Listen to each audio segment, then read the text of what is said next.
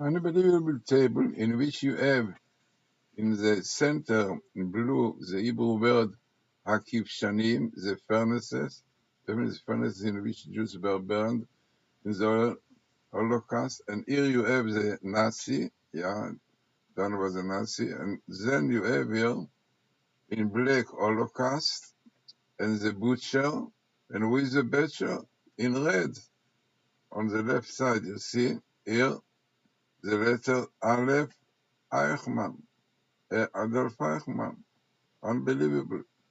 And this is minimal in the Torah. Yeah, this Adolf Eichmann is minimal, and the furnaces also. I mean, these two already make the table very significant. All of it comes in one book. You can see that, and exactly the idea.